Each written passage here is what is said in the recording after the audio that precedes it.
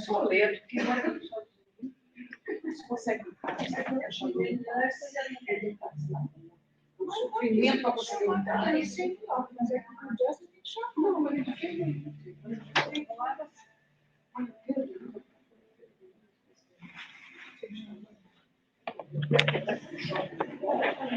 ele pode usar o nome dele. Eu nunca vi isso.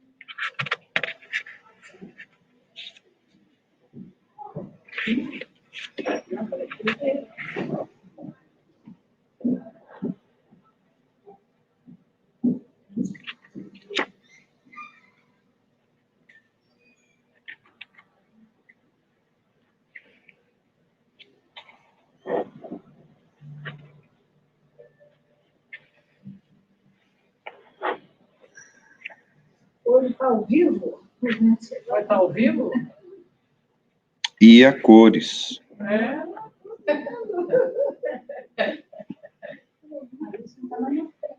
Sempre conosco. É isso aí.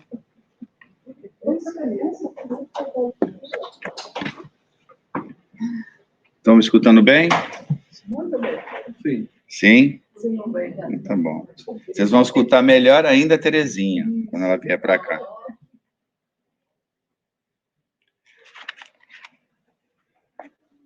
Quer fazer a nossa leitura? Sim, Depois eu volto aqui e vou fazer a oração. Para a gente dividir o trabalho um pouquinho.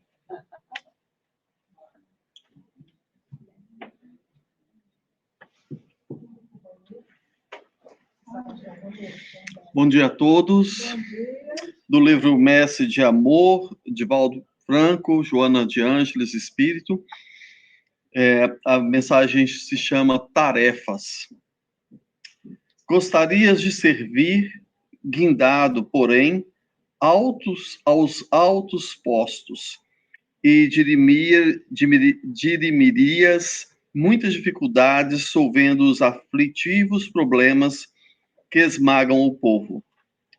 Preferirias atuar em relevantes compromissos, nos quais a própria atividade se convertesse em repressão ao crime de todos os matizes.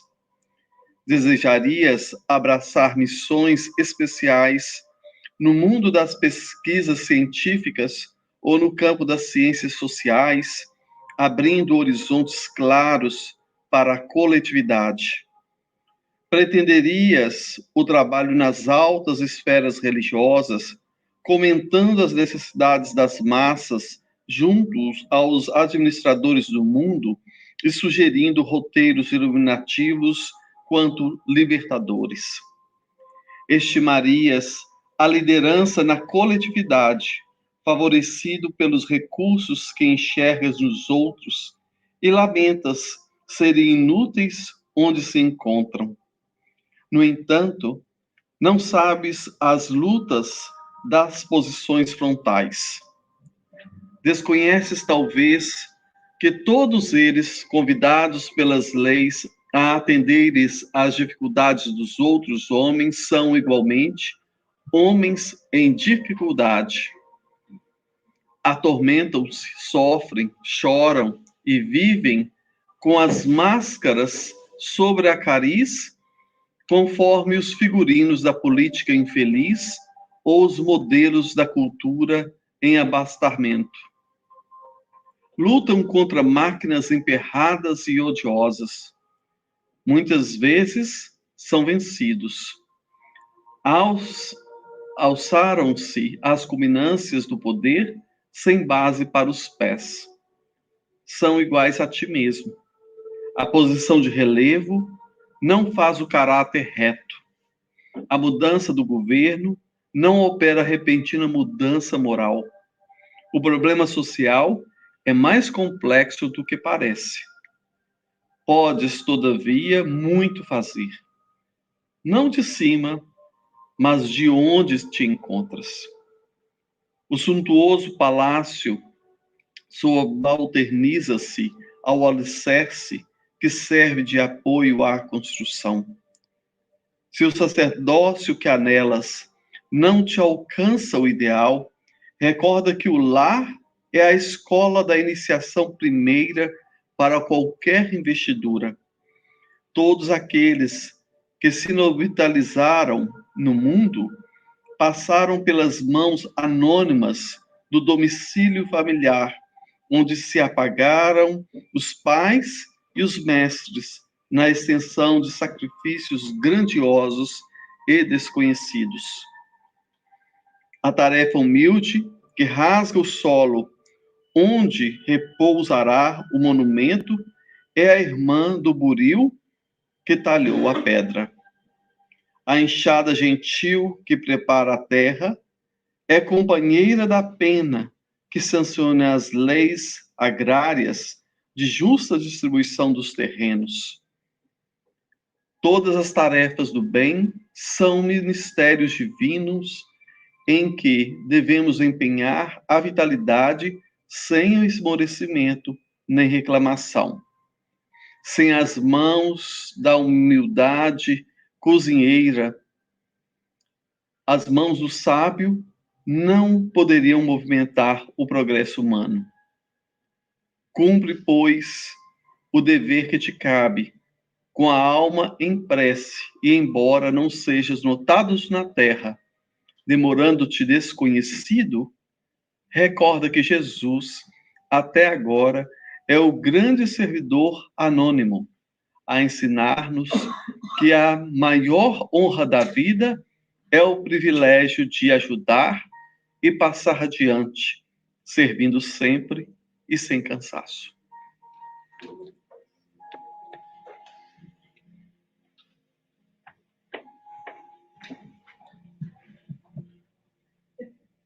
Agora eu falo bom dia a todos, que Jesus possa envolver os nossos corações em muita luz, muita paz e entendimento dessa doutrina.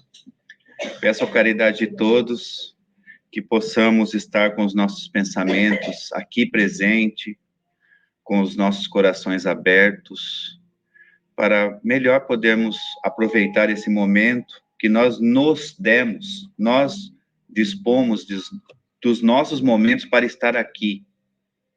Então, eu peço a caridade de todos que me acompanhem na oração, antes de começar o estudo com Terezinha, que ela vai falar uma coisa muito importante sobre a beneficência, o que é a beneficência, segundo o Evangelho segundo o Espiritismo e Jesus. Obrigado, Senhor, por tudo que nos deu, por tudo que nos dá, e por tudo que ainda vai nos proporcionar. Abençoa, Senhor, esse domingo, abençoa aquelas pessoas que não podem participar hoje, que estão com a sua família hoje, que estão passando por algum tipo de problema, que elas possam ser também abençoadas, como nós estamos sendo nesse momento. Pai Celeste Criador, fonte eterna de bondade, auxilia-nos, Senhor, a conquistar a verdade. Abençoa o nosso esforço para o teu reino atingir. Dai-nos, Pai, a glória e nos caminhos do porvir. És a glória deste mundo, és a paz e a esperança. És a luz que não se apaga, és o amor que não se cansa. Dai-nos força para sermos os arautos do teu amor, testemunhas verdadeiros do Evangelho Redentor. Terezinha, a palavra é sua.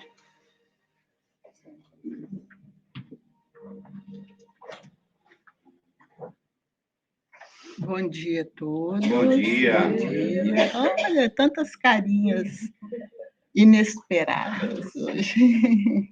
Muito bom, muito bom. Como então nós sabemos, as nossas reflexões de hoje são em torno da beneficência. A beneficência que se mistura, que se confunde com a caridade, com o amor, né? São palavras diferentes, mas são tão intrincadas que é difícil a gente estabelecer uma delimitação, porque estão todas com base no amor, né? Então, a beneficência, também chamada de a arte da ação no bem. A gente vai iniciar pedindo licença para ler o item 11 do capítulo 13 do Evangelho segundo o Espiritismo, cujo título é A Beneficência, e a partir daí nós desenvolvemos, né? Então, segundo o espírito Adolfo, bispo de Argel, a beneficência, meus amigos, vos dará nesse mundo os mais puros e suaves prazeres, as alegrias do coração que não são perturbadas pelo remorso nem pela indiferença. Parece muito óbvio e simples, mas nós vamos compreender mais à frente o porquê, né, dessas alegrias do coração. Se pudesseis compreender tudo o que encerra de grande e de agradável a generosidade das almas belas, esse sentimento que faz a criatura olhar as outras como olha a si mesma, despindo-se jubilosa para cobrir o seu irmão. Pudesseis, meus amigos, ter por única ocupação tornar felizes os outros. Quais as festas mundanas que podereis comparar a essas festas alegres, quando, como representantes da divindade, levais a alegria a essas pobres famílias, que da vida apenas conhecem as vicissitudes e as amarguras? Quando vedes nelas os semblantes macerados irradiarem subitamente de esperança, porque não tendo pão esses infelizes ouviam seus filhinhos, ignorando que viver é sofrer, gritando repetidamente a chorar essas palavras, a se enterrarem nos corações maternos como agudo punhal. Estou com fome. Compreendei como são deliciosas as impressões daquele que vê renascer a alegria onde, um momento antes, só havia desespero. Compreendei as obrigações que tendes para com os vossos irmãos. Ide ao encontro do infortúnio, ide em socorro, sobretudo, das misérias ocultas, por serem as mais dolorosas. Ide, meus bem-amados, e recordai-vos dessas palavras do Salvador. Quando vestirdes a um desses pequeninos, lembrai-vos de que é a mim que o fazeis. Caridade, sublime palavra que resume todas as virtudes. És tu que has de conduzir os povos à felicidade. Aqui o bispo usa como sinônimos beneficência e caridade, né? Ele usou como sinônimo. Ao te praticarem, eles criarão... Está dando um eco, né? Ao te praticarem, eles criarão para si infinitos gozos no futuro, e quando se acharem exilados na terra, tu serás a sua consolação, o gozo antecipado das alegrias que fruirão mais tarde, quando se encontrarem reunidos no seio de Deus de amor. Foste tu, virtude divinal, que me proporcionaste os únicos momentos de felicidade de que desfrutei na terra. Possam os meus irmãos encarnados crer na palavra do amigo que lhes fala. É na caridade que deveis buscar a paz do coração, o contentamento da alma, o remédio contra as aflições da vida. Quando estiverdes a ponto de acusar a Deus, lançai um olhar para baixo de vós. Vede quantas misérias a aliviar, quantas pobres crianças sem família, quantos velhos sem qualquer mão amiga que os amparem e lhes feche os olhos quando a morte os reclama. Quanto bem a fazer! Não vos queixeis, ao contrário, agradecei a Deus e prodigalizai em profusão a vossa simpatia, o vosso amor, o vosso dinheiro, por todos os que, deserdados dos bens desse mundo, defiam na dor e no isolamento. colhereis na terra bem doces alegrias. E mais tarde, só Deus o sabe. Então foi Adolfo, bispo de Argel, em Bordeaux, 1861. Eu fiz questão de iniciar com essa leitura para que a gente possa tomar contato com a base evangélica da beneficência, mas também no Livro dos Espíritos, pergunta 188 e 188A, não, 888 e 888A. Essa é a pergunta onde mais diretamente Kardec responde, não é? Na verdade, os espíritos respondem sobre a codificação de Kardec. Então, quando nós pensamos na beneficência, nós lembramos, então, dessa citação que está em Mateus, capítulo 6, versículo 1, onde, falando sobre a caridade, sobre a beneficência, sobre o bem ao próximo, Jesus fala, mas tende o cuidado de não praticar as vossas boas ações à frente dos homens. Então, por que será que é tão importante?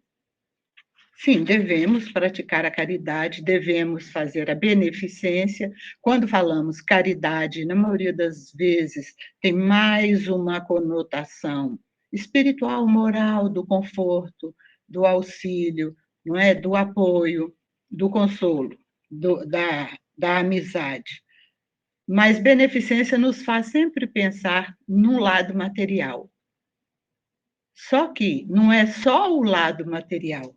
E nós podemos dizer que estamos praticando beneficência porque estejamos doando algo material, bens materiais. E realmente isso seria o início, a base. Mas junto com o material, tem a atitude de quem doa, tem a vibração de quem doa, tem a forma de quem doa, para que o que esteja recebendo, receba ou com humilhação, ou com um sentimento de inferioridade, ou com um sentimento de valorização, não é? Então, nós precisamos ver que nós precisamos dar de nós mesmos, isso é o essencial. Às vezes eu tenho uma facilidade para prover uma coisa material, o que é ótimo, né? Porque no nosso mundo de provas e expiações, os fatores materiais, assim como os outros também, são distribuídos de acordo com a necessidade do ser, do espírito, as oportunidades, como o ser faz para utilizar as oportunidades e tudo mais. Mas Jesus deixou claro que não devemos buscar propagar o bem que fazemos. Por quê? Porque nós sabemos que nós somos seres ainda muito defeituosos, nós somos seres ainda muito incompletos, digamos assim, somos seres em construção, não é? E carregamos todos as nossas chagas, carregamos todas as nossas chagas, as nossas dificuldades, que no seu conjunto, de acordo com a psicologia profunda da Joana de Ângeles, no seu conjunto, formam aquilo que nós chamamos de sombra. Esse é um termo criado pelo Jung, o psiquiatra suíço, né? Que foi um discípulo de Freud e depois foi um dissidente e foi criador da chamada psicologia analítica. Então, todos nós somos luz e sombra. Todos nós temos parcela do nosso ser, eu não vou dizer da nossa personalidade, porque a nossa personalidade é isso que a gente utiliza para viver aqui, nesse momento, nessa encarnação. nós desenvolvemos uma personalidade quando nascemos, quando vamos sendo criados, vamos nos desenvolvendo, recebendo os valores ou não recebendo valores, não é? Alguns têm uma oportunidade muito precária de receber valores morais, dependendo do contexto social e etc. Então, todos nós desenvolvemos aqui a personalidade, mas nós, o ser, somos um misto de sombra e de luz. Por que de sombra e de luz? Porque de luz, porque nós somos luz.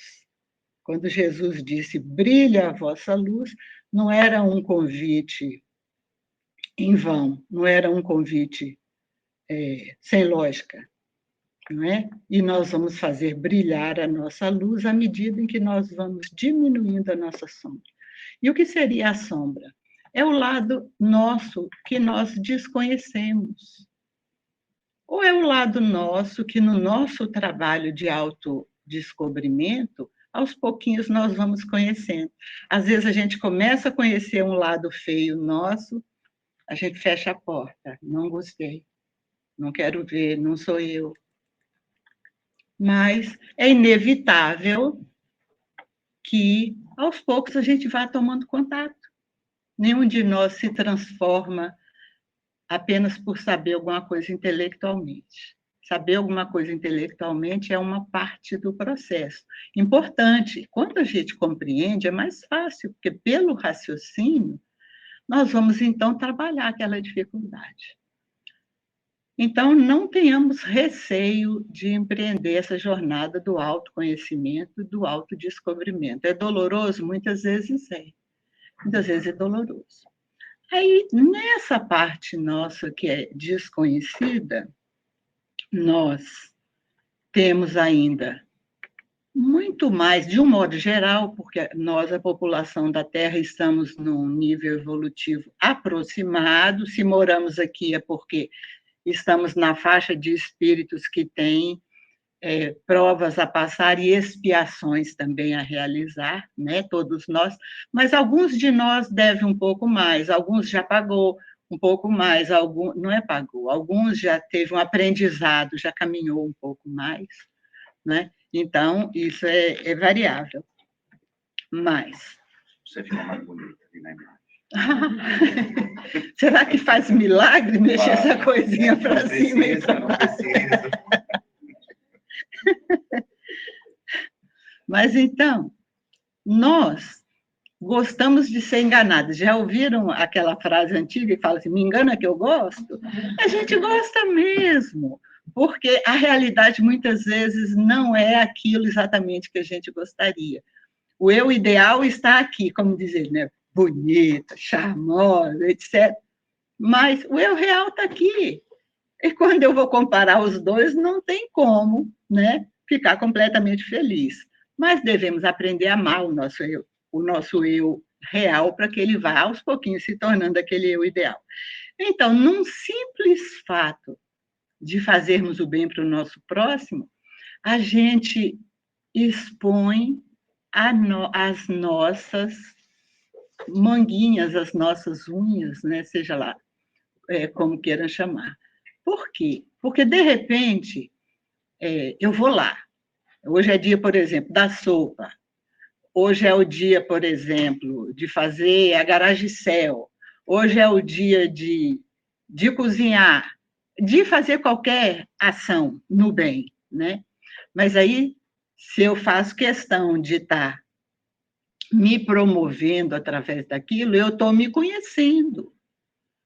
Não anula a minha ação. Eu fui lá ajudar de qualquer forma, mas aí eu preciso aprender que meu lado sombra ainda está muito atrevido, ainda está muito querendo ser reconhecido. E por que isso é importante? Porque o amor ao próximo, a beneficência, a caridade, a arte do bem ao próximo, que também é o bem a nós mesmos, ela é uma forma de nós nos elevarmos, é uma forma de nós crescermos. e é uma forma de nós crescermos baseado no sentimento, na emoção de ser tocado pela dificuldade do outro. Eu estou aqui numa facilidade, o outro está lá numa dificuldade. Problema dele, que é o que eu quis, faz como eu fiz. Né? Esse é o raciocínio de muitos de nós. Mas se eu já penso assim, nossa, eu estou aqui nessa facilidade, o outro está lá naquela dificuldade. É claro que ele não está lá à toa, teve razões, né? Para ele estar lá na dificuldade. Mas, na verdade, as razões não é exatamente o meu problema. O meu problema é se eu posso fazer alguma coisa para ajudar ou não. Então, atender a esse anseio, nós que ainda somos tão limitados, nós que ainda temos o nosso amor tão acanhado, e quando a gente fala o amor, a gente precisa lembrar que a ordem de Jesus para nós, a proposta de Jesus para nós, é que a gente ame a Deus sobre todas as coisas e ao próximo como a nós mesmos. Então, nós temos que amar a Deus sobre todas as coisas, porque sem estarmos ligados a Deus, nós não nos realizamos, nós somos frustrados, doentes, uma hora temos depressão, ou síndrome do pânico, ou psicoses, vários outros tipos de neurose que não vale a pena ficar falando. Então, o caminho da felicidade e da saúde integral é a conexão com Deus. Quanto mais alinhados com Deus, mais felizes. Para estar alinhado com Deus, eu preciso me amar, porque a minha tarefa principal é crescer. E para crescer, eu preciso amar o próximo. Então, Jesus fez uma síntese magistral dessa questão do amar a Deus sobre todas as coisas e ao próximo como a si mesmo. Parece muito simples. E ele falou, eis aí toda a Bíblia e os profetas, toda a lei e os profetas. Ou seja, a gente se esforça para ficar estudando a Bíblia, ficar estudando a doutrina espírita, e precisa se esforçar mesmo, né, que é muito conhecimento que a gente precisa adquirir, a gente aprende, esquece, então tem que estudar sempre, não pode parar. Mas esse é o essencial, porque é disso que nós precisamos. Então, principalmente na nossa cultura contemporânea, nós vivemos, depois que nos libertamos daquele jugo da teocracia, né? O que é teocracia, para quem não lembra? É aquela, como se diria, é a ditadura de Deus, né? Que levou muita gente para a fogueira. Não é de Deus, mas para aqueles que ousavam falar em nome de Deus, né? Porque Deus é realmente perfeito no seu amor. Como? Ditadura, exatamente. Não, é exatamente isso, exatamente isso. Até um certo ponto, aqueles cientistas que ousaram pensar fora daquela caixinha que era permitida pela religião vigente na época, foram severamente punidos, não é? Muitos deles realmente com a vida, outros se retrataram para continuar vivos, se retrataram pensando assim, que absurdo, né? Eu estou sabendo que não é assim, mas eu tenho que falar que eles estão certos. Então, nós nos libertamos dessa ditadura, né? E aí passamos a experimentos. E na década de 60, por exemplo, teve um experimento que foi até muito lindo, né? Um experimento social muito importante, com aquele movimento hippie, do faça amor, não faça guerra, todo mundo muito animado, mas não funciona exatamente assim, porque a gente precisa ter também limites, a gente também estava brincando com coisas muito perigosas, não é? Era o boom das drogas e quanta gente não tinha noção dos efeitos e tudo mais. E depois de tantas experimentações e de tanto desenvolvimento tecnológico, de repente, nós nos tornamos uma geração, inclusive nós que somos mais velhos, em termos reencarnacionistas, né? Em termos dessa encarnação, precisamos tomar cuidado, porque ninguém está livre de ser envolvido por tudo que é vendido através da mídia, através de todos os tipos, né, de meios de comunicação, e existe uma manipulação por trás. Essa manipulação fez com que nós, a humanidade, nos tornássemos seres, primeiro, frustrados, porque a gente era frustrado porque não tinha liberdade de fazer o que a gente queria. Mas, pelo menos, a gente achava que sabia o que era certo e o que era errado. Mesmo que eu quero fazer o errado, mas a gente achava que tinha uns padrões mais ou menos estabelecidos. De repente, se chacoalharam os padrões todos. Faz parte da evolução. Se chacoalha os padrões para que dali depois vá sair o produto, né? Para você fazer um bolo, você faz uma meleca primeiro, para fazer uma omelete, faz uma meleca mais feia primeiro, para depois sair aquela linda e gostosa omelete. Então, nós estamos nesse processo. O problema é que não interessa aos que dominam o mundo, ao que Jesus chamava de César. Lembra que Jesus falava, dai a César o que é de César e a Deus o que é de Deus? Nós estamos encarnados, então nós temos que nos haver com César, com o sistema. Nós precisamos, mas nós não podemos perder de vista que isso é temporário, que em última instância nós somos seres imortais. Imortais, não eternos, imortais. E com este padrão, nós passamos, então, a reforçarmos em nós aquele padrão de comportamento que a Joana chama do ser fisiológico, ou o ser subdiafragmático. O que seria isso? Diafragma divide o meio, né? Para cima o tórax, para baixo o abdômen, né? Lembramos disso? Aquele músculo transversal. Então, subdiafragmático, viveríamos para comer, beber, fazer sexo e aproveitar tudo mais que viesse dessa bagunça toda junto. Tudo isso faz parte. Nós gostamos de comer, gostamos de beber, gostamos de fazer sexo. Se não gostarmos, tem alguma coisa errada com a gente, né? Mas a nossa vida não pode se resumir a isso. Então, o ser fisiológico, ele predomina, ele valoriza o lado material. Consequentemente, como o lado material não nos satisfaz, ele é uma parte importante de quem está encarnado, né? Mas ele não é a totalidade. Nós ficamos, enquanto humanidade, presos na dependência das coisas e vazios dos valores superiores.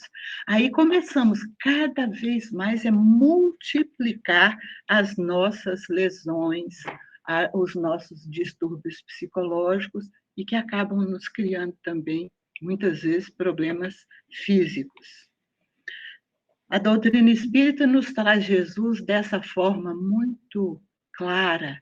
Jesus não como aquele ser místico, milagroso, aquele Deus, mas Jesus como o ser humano, criado por Deus como todos nós, que conseguiu vencer todas as dificuldades pelas quais nós passamos. Então, a doutrina espírita traz Jesus para mais perto de nós.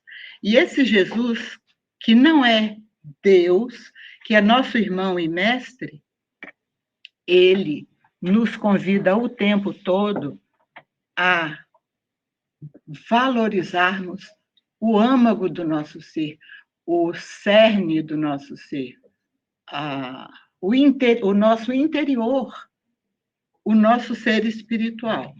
Então, toda a mensagem dele se direcionou através do bem, do amor e da caridade. E a Joana ainda nos fala, ele passou por todas as provas pelas quais nós precisamos passar. Mas não estamos falando das expiações, porque não fazemos a menor ideia. Existem aqueles que defendem que Jesus teria evoluído em linha reta para Deus. Já começam a querer pôr Jesus fora do normal outra vez, né? Pois se ele foi criado como nós, a única diferença é que ele não foi criado para viver na Terra. O mundo em que ele evoluiu já nem existe mais, fisicamente, né? Os espíritos nos ensinam. Tanto que, quando Deus determinou criar a Terra, ele já era um espírito puro, ele já era um espírito perfeito.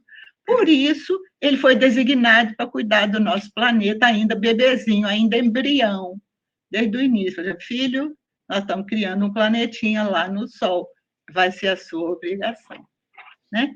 Então, voltando então, se Jesus nos convida a olharmos para dentro de nós, se Jesus nos convida a desenvolvermos os nossos valores, ele nos convida, como ele fala, brilhe a vossa luz, ele nos convida a diluirmos aos poucos essa nossa sombra.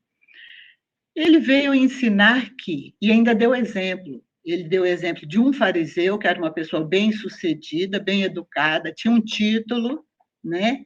Talvez hoje fosse um PhD, um teólogo PhD, sei lá, o que seria equivalente aos fariseus da época, que doavam e doavam com ostentação, né? E ele comparou com uma viúva que não tinha nada, e do nada que ela tinha, ela ainda foi lá e repartiu. Ou seja, mostrando que um vivia para o mundo, entre aspas, um vivia para as convenções, e a viúva nem preocupou com esse lado das convenções. O mínimo que ela tinha, que nem suficiente era, ela foi e doou, né? Por quê? Porque se nós continuamos a tentar achar que nós somos melhores do que os outros, nós vamos continuar criticando. Nós vamos continuar achando que a nossa opinião é a melhor. Nós vamos continuar achando que todo mundo tinha que fazer do jeito que a gente acha que tem que ser. E não é assim, a gente vive em sociedade, de repente a gente até discorda de alguma coisa do grupo, mas não é aquilo que a maioria decide a gente aceitar. É assim. Não quer dizer que a gente vai, de repente, torcer e concordar. Então, com isso, nós precisamos ir nos desmascarando, não é? Por exemplo, a persona, que é um termo que o Jung também usa, que é essa máscara que nós usamos para nos apresentarmos na sociedade. Aliás, uma máscara até necessária para a gente funcionar, né? Em sociedade, só que até certo ponto, né? Essa questão de exaltarmos muito o parecer do que o ser vai nos distanciando cada vez mais da felicidade, vai nos aumentando o vazio existencial, vai nos distanciando das leis de Deus, vai nos levando à frustração e, consequentemente, vai adiando a nossa autorrealização.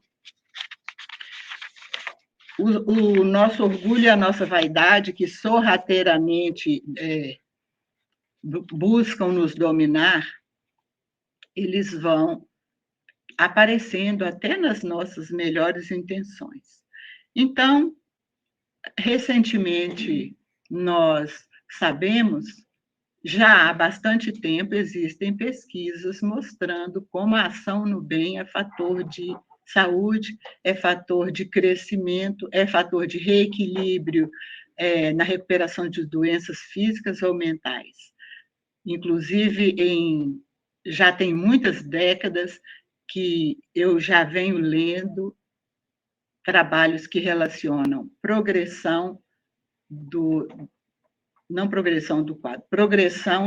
reequilíbrio de doentes psiquiátricos internados através de trabalho no bem, que seria a beneficência, o que a gente está falando.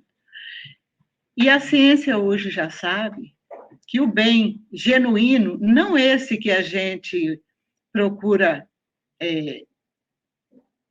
agradar o nosso ego, não esse que a gente procura colocar a nossa imagem como superior, não esse que a gente põe o nosso orgulho e a nossa vaidade, mas a ação genuína no bem, que é quando Jesus fala que aquele que busca se exaltar, ele já recebeu a sua recompensa. Por que ele já recebeu? Já foi elogiado, já foi reconhecido como bonzinho, já recebeu, ficou no nível do ego, não foi para o nível mais profundo. Aquele que faz espontaneamente, aquele que faz buscando realmente o bem do próximo, realmente orientado pela emoção, pelo sentimento de ajuda, da compaixão, ele vai, isso é a ciência que está falando, né? Confirmando o que Jesus falava.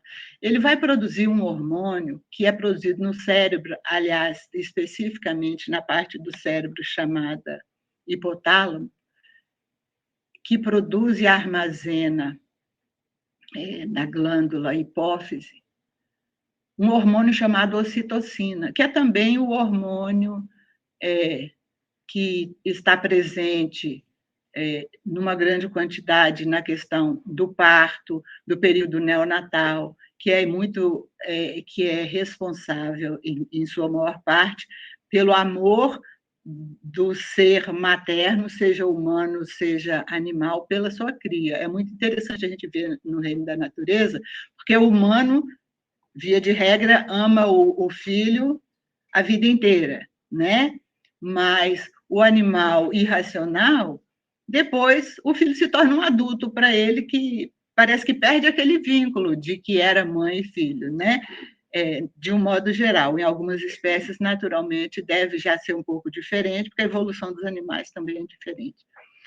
Mas depois passa a ser normal. Então, esse amor feroz da mãe pela cria irracional tem muito a ver com a ocitocina, que já é um aprendizado do nosso amor. Então, essa produção da ocitocina traz uma alegria interior, um prazer que é incomparável, que é uma sensação que vai realmente acendendo a nossa luz.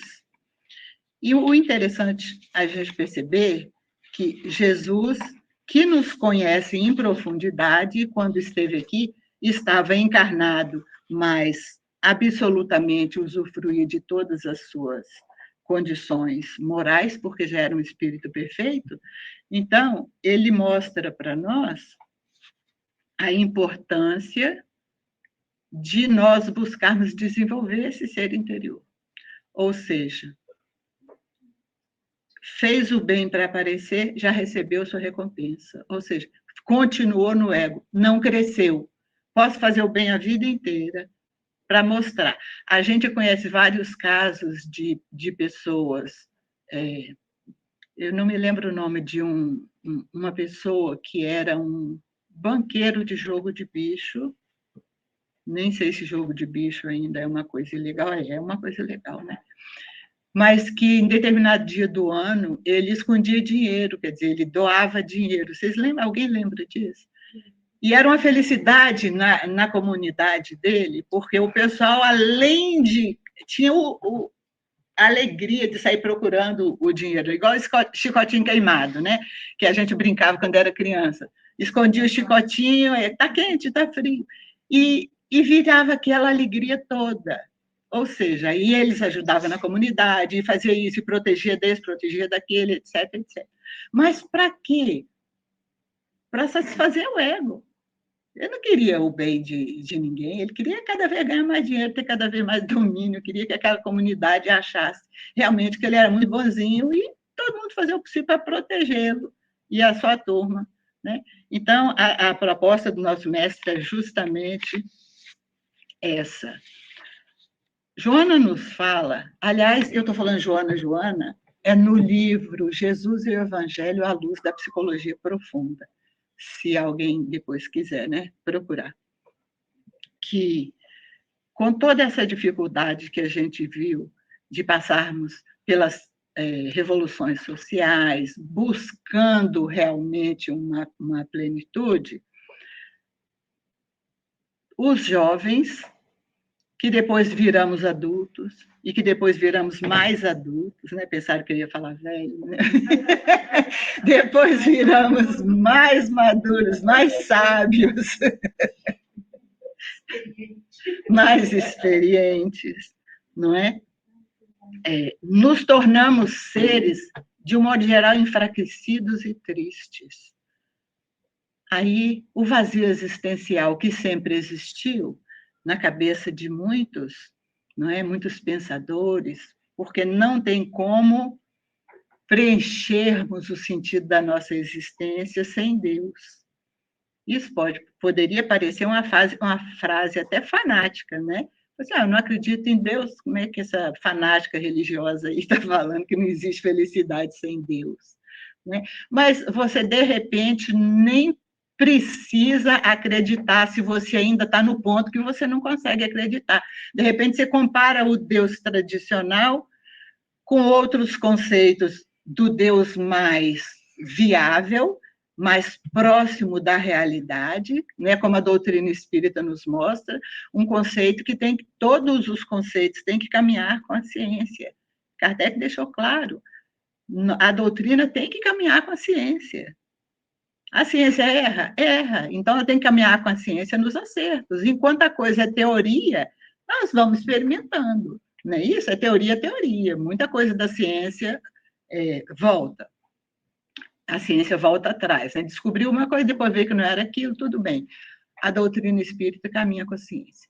Então, às vezes, eu comparo aquele Deus que eu deixei de acreditar, porque eu acho que ele é injusto, eu acho que ele não distribui as coisas de uma forma adequada, porque eu acho que as coisas, se ele existisse, muita coisa não estaria acontecendo. A gente ouve muita gente falar isso, né? Se existisse Deus, você acha que o mundo ia estar desse jeito? Assim, bom, ele está no controle. Mas a questão é a seguinte, se eu ainda não dou conta de acreditar nessa minha busca, mas se eu sou um indivíduo ético, se eu sou um indivíduo que respeita o meu próximo, se eu sou um indivíduo que se compadece com a miséria do outro, que se compadece, eu estou unido a Deus sem saber, eu não preciso saber. Deus é o criador da lei do amor. Se eu desenvolvo o amor pelo próximo, eu posso me dizer ateu.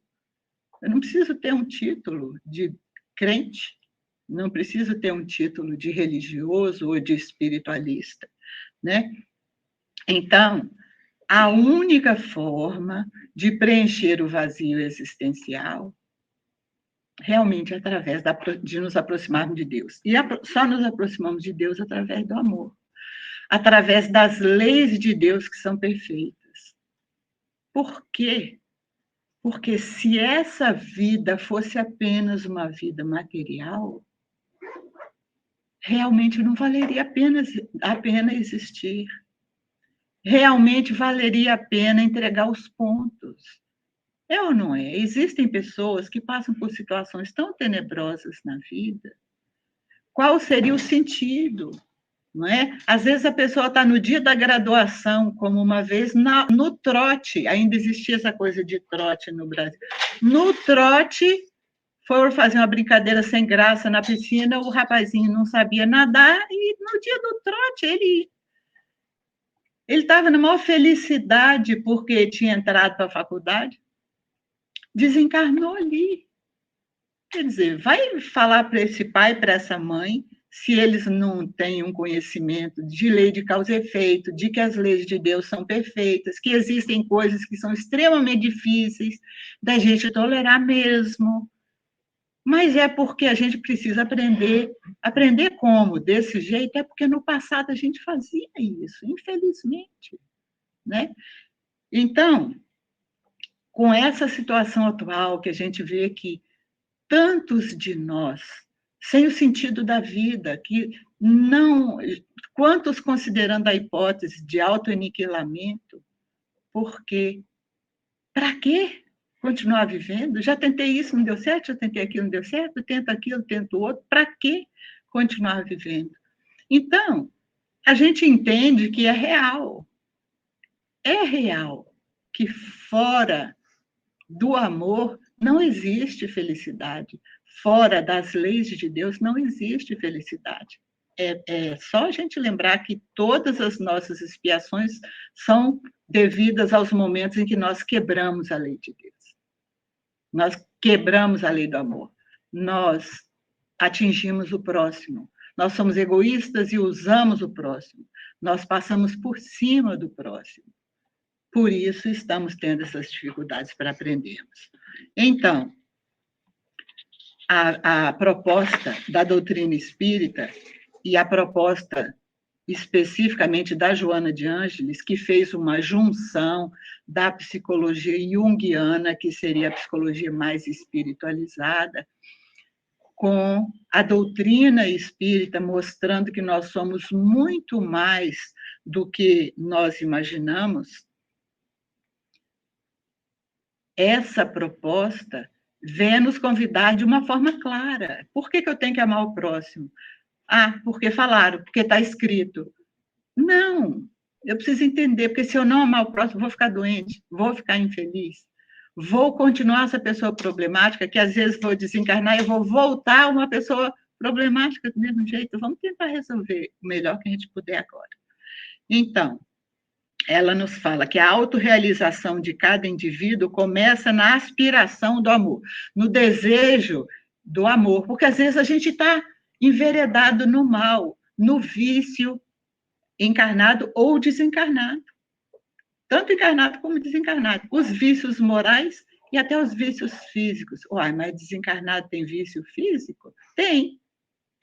Ele não tem o corpo físico mais, mas ele ainda mentalmente tem o vício daquilo que ele gostava de fazer, seja lá sexo desregrado, seja esse tipo de droga, aquele tipo de droga, essa atividade, seja o jogo desregrado, qualquer tipo de vício.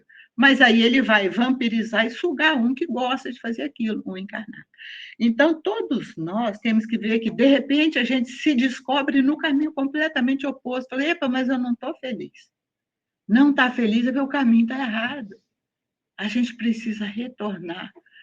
O desejo de modificar, a frustração de estar fazendo mal, ou de não estar fazendo mal, mas também não estar fazendo bem, porque quando a gente pode fazer o bem e não faz, o Evangelho nos diz, isso também é o mal. Eu tenho recurso para fazer o bem, eu não faço, porque eu estou com preguiça, porque eu não quero fazer, porque eu não estou nem aí por outro. Isso também é uma forma de mal, né? Então, primeiro é desejar a transformação. Depois eu começar a trabalhar por ela. E quanto mais nós continuamos, mais a gente vai se planificando. Depois, no início pode ser frustrante, daí a pouco a gente começa a dizer, caramba, mas eu nunca tinha sentido essa alegria. E aí vai perceber, mas não é que esse negócio de ajudar o outro é bom mesmo, né? Aí nós vamos terminar com a frase de Jesus, né? Tem cuidado em não praticar as boas obras diante dos homens. Aliás, palavras da Joana em relação às palavras de Jesus. Tem cuidado em não praticar as boas obras diante dos homens, ocultando com sabedoria, na naturalidade, os momentos de beneficência e de amor que sejam ofertados em relação a quem sofre. Então, a gente vai chegando ao final dessas nossas reflexões. Se alguém gostaria de acrescentar alguma coisa, é muito bem-vindo, né? Ainda tem uns minutinhos. Ou se alguém também quiser discordar de alguma coisa ou esclarecer alguma coisa, a gente ainda tem tempo. Né, Luiz? Com certeza.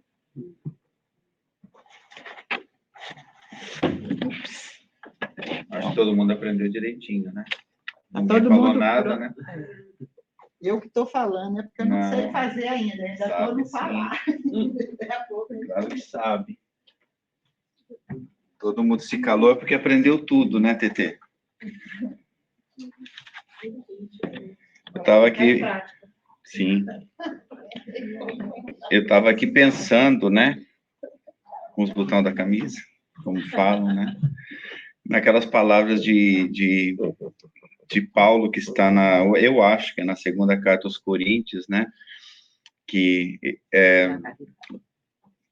como? Não, também tá incluso, né? Que todo bem que eu quero fazer, eu não faço, e todo mal que eu não quero fazer, eu faço. E aquela pergunta interior dele, por quê? Por quê, né? E nós somos assim também, às vezes, o mal, nós já não queremos fazer, mas ainda acabamos ainda num momento de descontração falando mal de um companheiro, né? Fazendo uma fofoca. Eu falo de mim, não estou falando de vocês, não. É porque aqui Que eu- ninguém fala. Não, espírita, é que eu sou aprendiz de espírita ainda, né? Então, Só você e eu que fazemos. então a gente para, né, Tetê, para pensar, né? E a gente podia ter esse momento de beneficência, de calar, né? Que seria uma grande coisa já, né, Tetê? Só calar, né? De perder a oportunidade de fechar a boca, né? De não falar, fazer um comentário desagradável. Então, eu fiquei pensando, né? Nessas palavras de Paulo, desde o começo, desde a leitura inicial, né? Mas é muito fácil você continuar fazendo uma coisa que você tem feito há muito, muito, muito tempo. Você está acostumado, você sabe fazer. É aquilo que você sabe.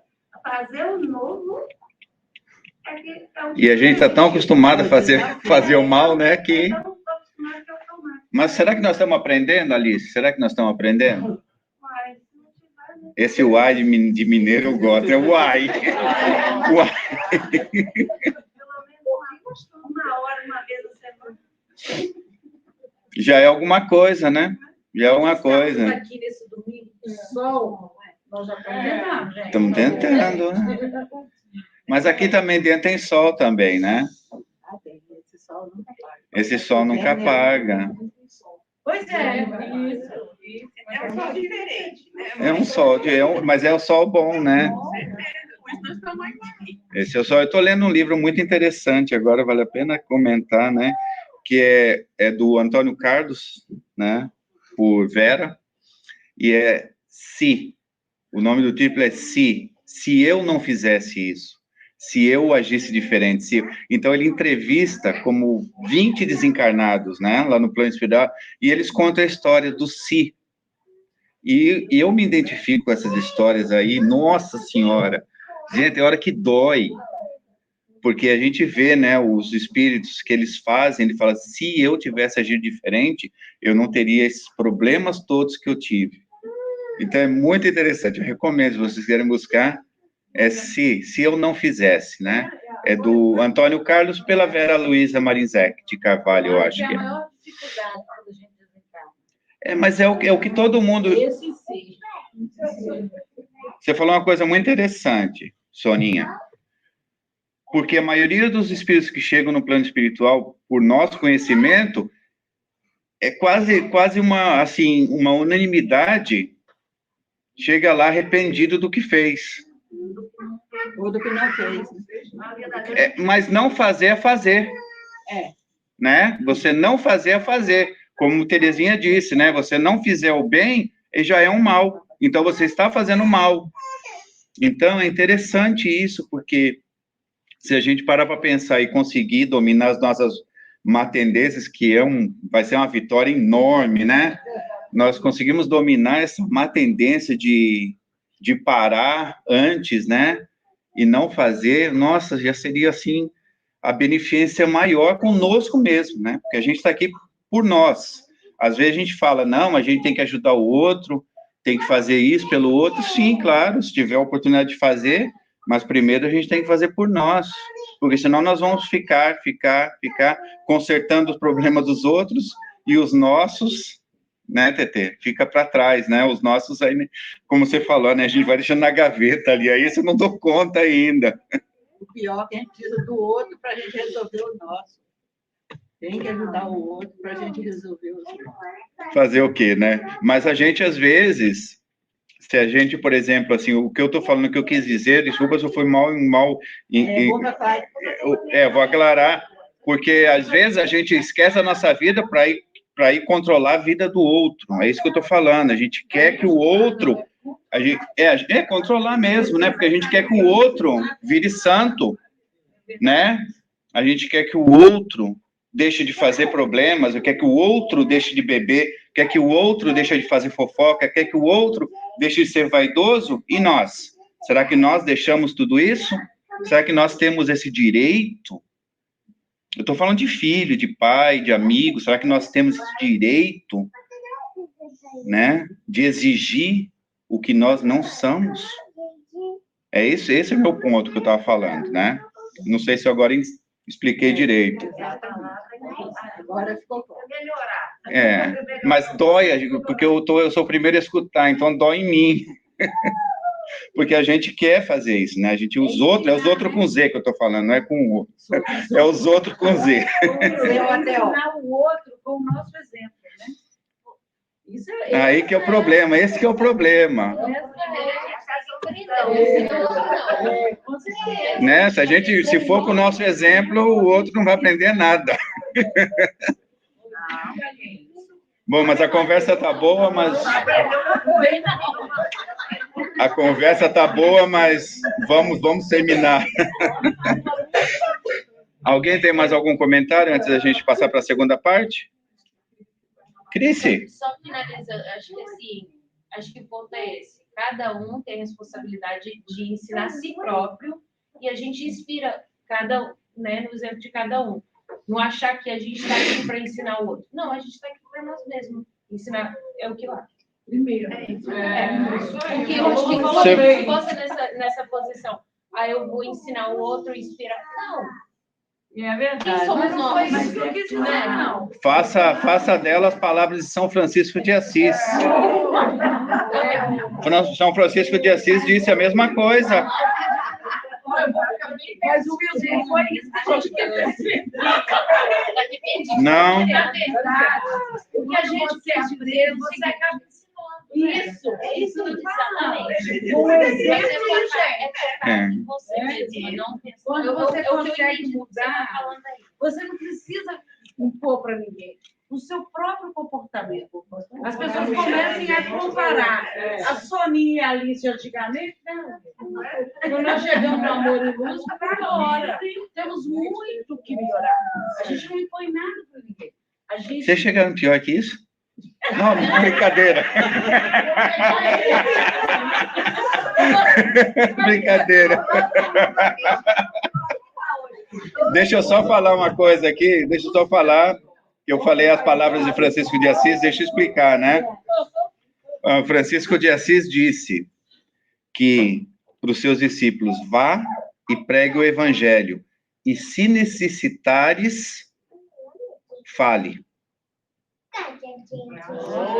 Né? Se necessário, use de palavras. Né? Pregue o evangelho e, se necessite, use de palavras. Aí já. Você está vendo? Na verdade, a pregação. Regina, vem para cá, Regina, para você fazer oração para a gente. Do que, como é que fala? É exatamente a prática, né? Você está ensinando você próprio. Vem para cá que você vai se esquentar agora. Está com frio, você vai se esquentar. Está de azul, eu estou com azul. Você não recebeu o memorando? Nós obedecemos, né? Ó, que tenhamos uma ótima semana, que Jesus nos abençoe, nos ilumine, que nos leve para casa, e tia Regina vai fazer a nossa oração final, em nome de Jesus, que sejamos todos abençoados.